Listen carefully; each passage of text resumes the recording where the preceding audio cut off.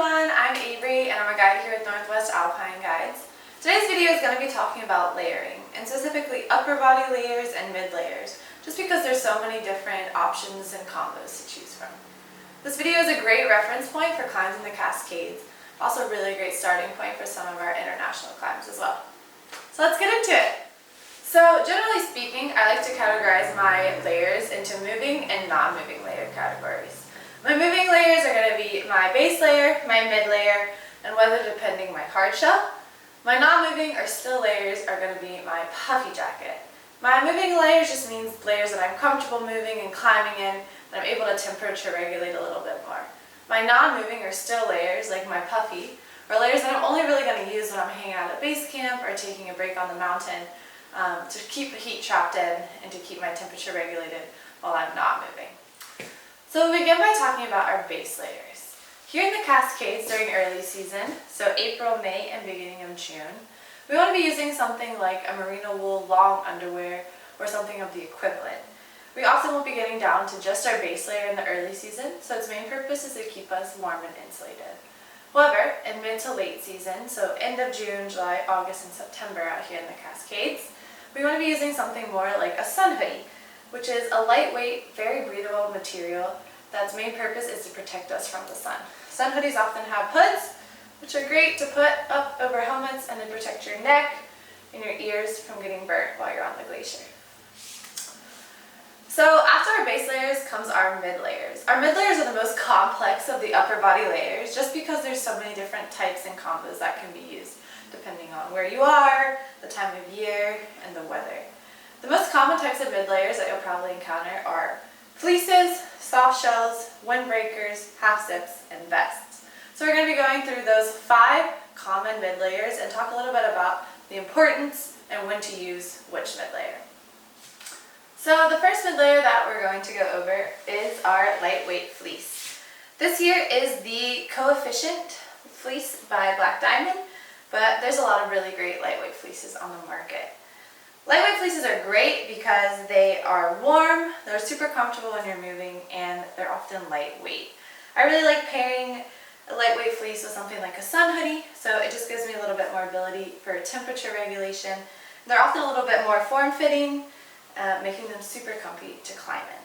The only bad thing about these guys is they're not wind or water resistant, so it's often good to have a hard shell, a soft shell, or a windbreaker to pair with these in a little bit more inclement weather. Alright, moving on. So our next mid layer is a soft shell jacket. Here I have the Annapurna soft shell by Hamali. Soft shell jackets are often made with a synthetic nylon blend, and they will often put a fleece lining on the inside. Soft shells are great. They're great for movement. They are super warm, and they often have a wind and waterproof resistance to them. However, they are a little bit heavier than a lightweight fleece, so for mid-season where it's the hottest here in the Cascades, they can be a little bit too warm, but for early season, they are a really great layer to often pair with something like a lightweight fleece underneath it. They're often cut to be a little bit more form-fitting as well, making them super comfy for movement, and they're just a really great kind of standalone mid-layer for majority of the year. Alright, the next layer we're going to talk about is a wind layer. Wind layers are a really great mid-layer to pair with something like a half zip or a fleece under it. They're a nylon material made with a waterproofing finish, so they're great for days that you might be out in a little bit of clouds or mist, or it might be a little bit windy. However, they're not always the warmest, so it's a good idea to pair it with another mid layer to keep you warm and to keep the elements off of you. So the next mid layer we're going to get into are half zips. Half zips come in lots of shapes and materials, and they're often best used with another mid layer. So putting this under something like a soft shell or a windbreaker, especially during early season, is a really great option. You can get away with this as your only mid layer during mid-season when it's the hottest out, but I would definitely recommend bringing another mid layer in addition to something like a half zip, just to make sure that you're fully covered. However, they're a really great layer to have in your layer toolbox depending on the temperatures and conditions that you'll be climbing in. So not a full mid layer, but a synthetic or down vest makes a really great layer, especially if you run cold. They're really great for movement because you have your arms free, but it keeps your torso nice and warm. And during mid-season or early season, I will often pair a vest with something like a lightweight fleece or half zip under it, and it just allows me to temperature regulate a little bit more and still feel super comfortable while climbing.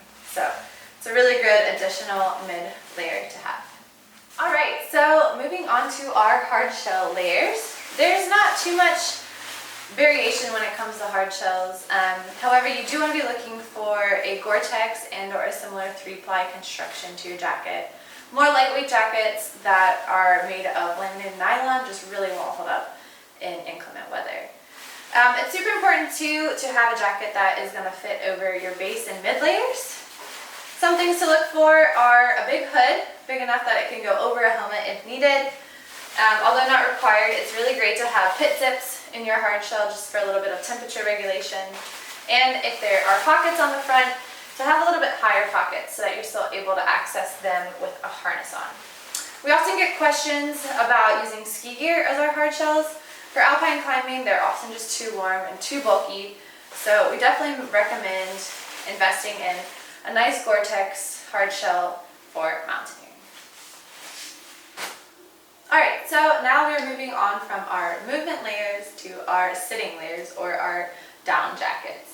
I won't get too much into the details of down jackets because we do have another video on our website talking all about what to look for. But here I have more of a lightweight down jacket, and then I have a down parka.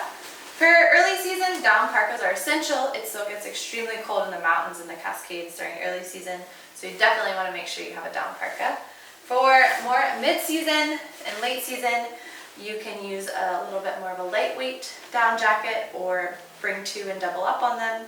We often get questions if it's even necessary to bring a down jacket during mid-season, and yes it is. Anytime you're climbing in the Cascades, any time of year, you want to make sure you have a down layer or that still layer to be able to throw on when you're resting or at camp, and just have as a backup layer to help keep you a little bit warmer, to trap heat on breaks, and to keep your temperature well regulated.